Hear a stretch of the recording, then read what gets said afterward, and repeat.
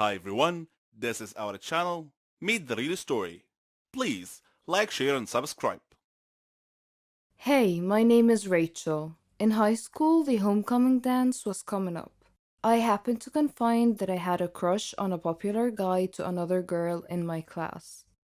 Unbeknownst to me, they were very, very good friends, and this girl offered to put in a good word for me. The next day, she told me my crush would totally say yes if I asked him. So, in between periods, I found my crush in the hallway, asked him to the homecoming dance, and he said yes.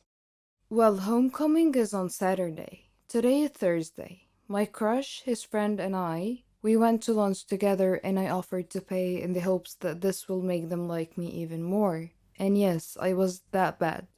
They tell me they want 2 bags of chips, burgers, fries, and 2 small cartons of chocolate milk. No problem. I go to the cafeteria and get those items like a boss. For some reason, I decided to jog over to them, even though that really only shaves off 10 minutes from my trip, but I still did it. I had 2 bags of chips in my mouth, one in my hand with a burger and fries, the other hand with 2 cartons of chocolate milk. They are sitting in the common area. The common area is carpeted, parallel to the cafeteria, which had a tile floor. These rooms are separated by a relatively small metal line on the floor, and as I meet that line, my left foot catches on the metal. No problem, I have another foot. I will just swing that foot forward real quick and save this. But no, the other foot also catches. As I fall straight forward, I try to catch myself with my hands. Well, one hand had the chocolate milk in it, which just burst out, sending chocolate milk in every single direction. My other hand didn't help me either. It slipped on the burger in the bag and the fries go all over the place. The last thing to break my fall was actually my own face. The face with 2 bags of potato chips in my mouth.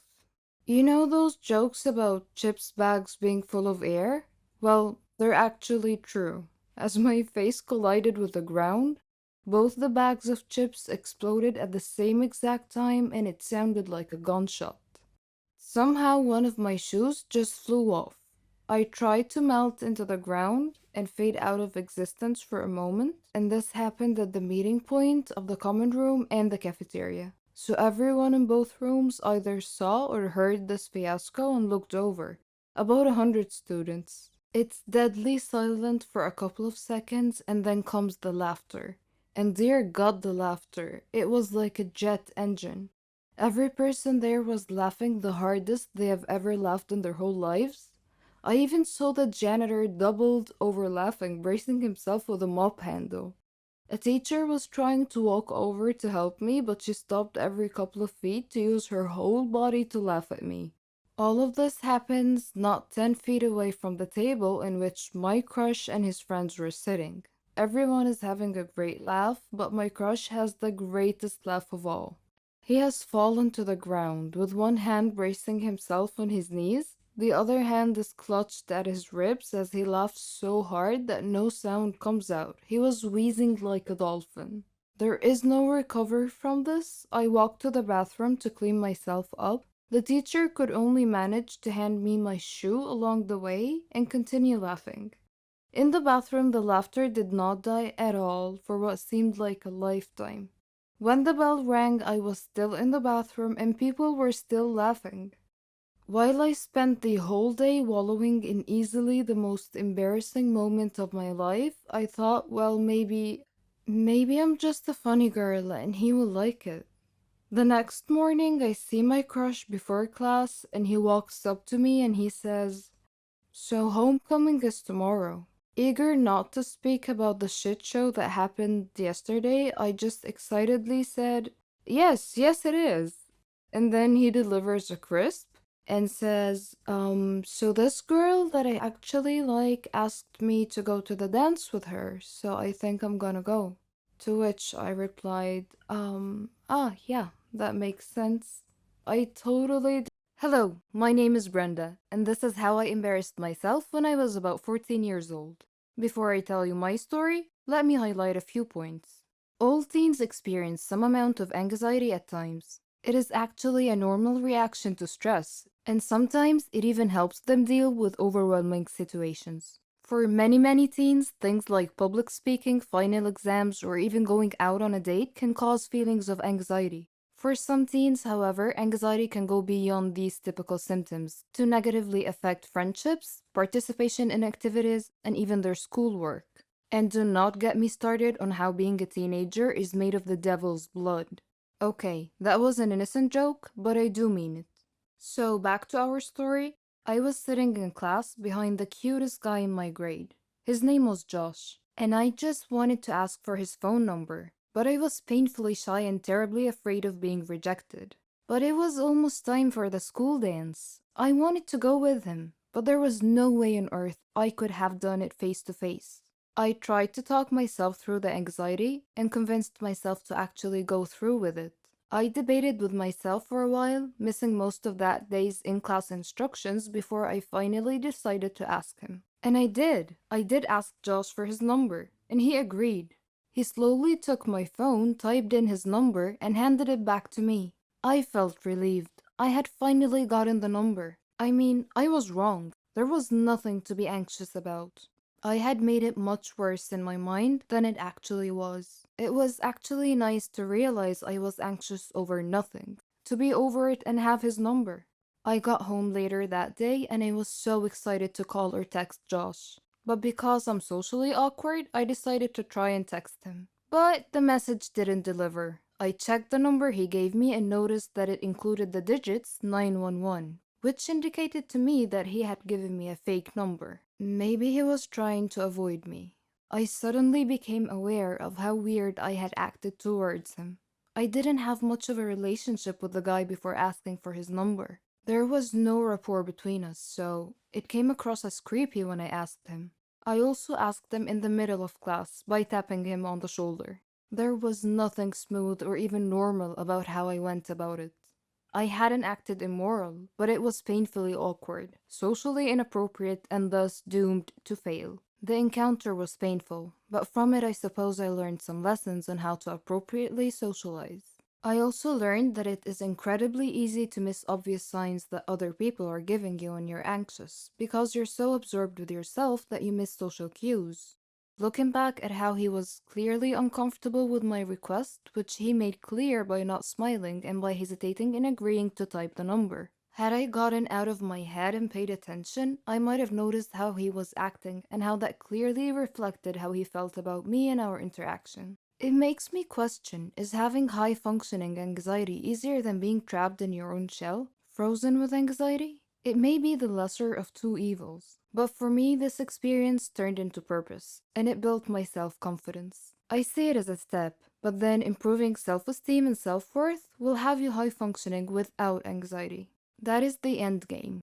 But you know what? Write your own script. You can't go on if someone else is writing your script. And I know that a lot of kids at school felt the same way. They didn't feel good, and I didn't know why. Kids will relate, and this is so freaky, and it makes anxiety even worse. You have to go to know that you are okay in school, and you cannot know unless you go. Getting over anxiety is not some hippie mumbo jumbo, and it took me years to get over what I call life fright. And I learned that the very hard way. Now, does the devil joke make sense? I usually host a slumber party once a month, so my girlfriends already know the drill. They bring their jammies, blankets, nail polish, hair products, lots of snacks, candies, and chocolates, but this time, Lucy brought wine. She had to sneak the wine in my house because my mom is kind of strict when it comes to drinking. My dad is almost never home. My mom sleeps really early, so we kinda had the house all to ourselves. We put on onesies, random dresses, and some costumes. My favorite is the Cinderella dress, and I still like wearing it even if I'm 17 now. We're all 17. I have three best friends, Lucy, Ashley, and Sheila. We have lots of fun and lots of secrets together. Sometimes I wish time would stop so we can always have each other.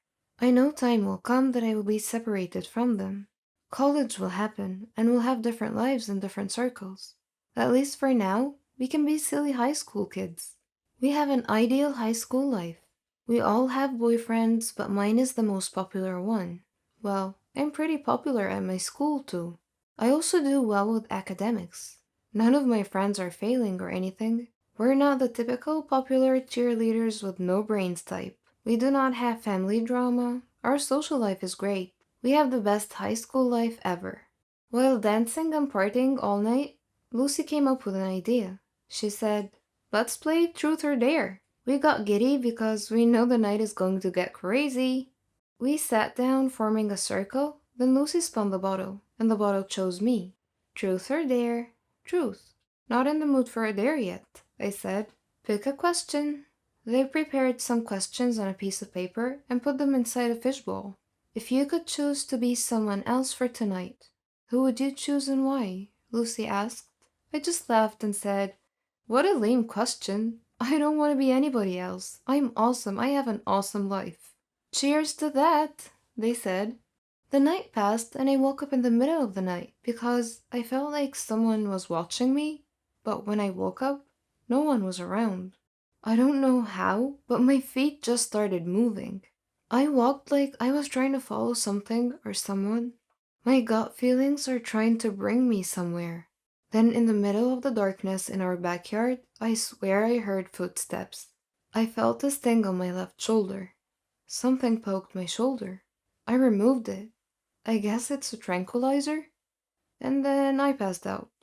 From here on, listen carefully because I guarantee you're going to love this story. It's like a movie, and I cannot believe that this thick plot is actually my life. I tried putting together the stories that happened while I was gone, and someone else was being me. I know it sounds complicated, but before I proceed, do not forget to subscribe and hit the bell button for notifications.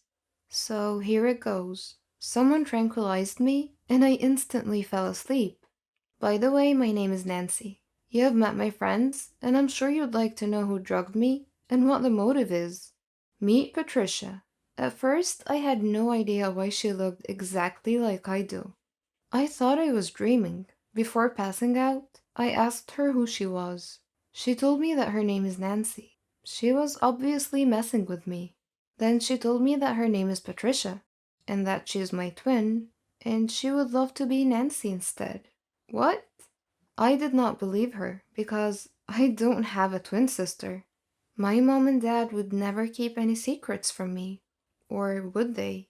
She said that she was kept by our parents in a mental institution a couple of hours away from our town, ever since we were 3. I just realized that I have no recollection of any kind of memories when I was only 3 years old. At first I thought, wow, is this really happening? I just think I watched too much TV. But this is reality. How did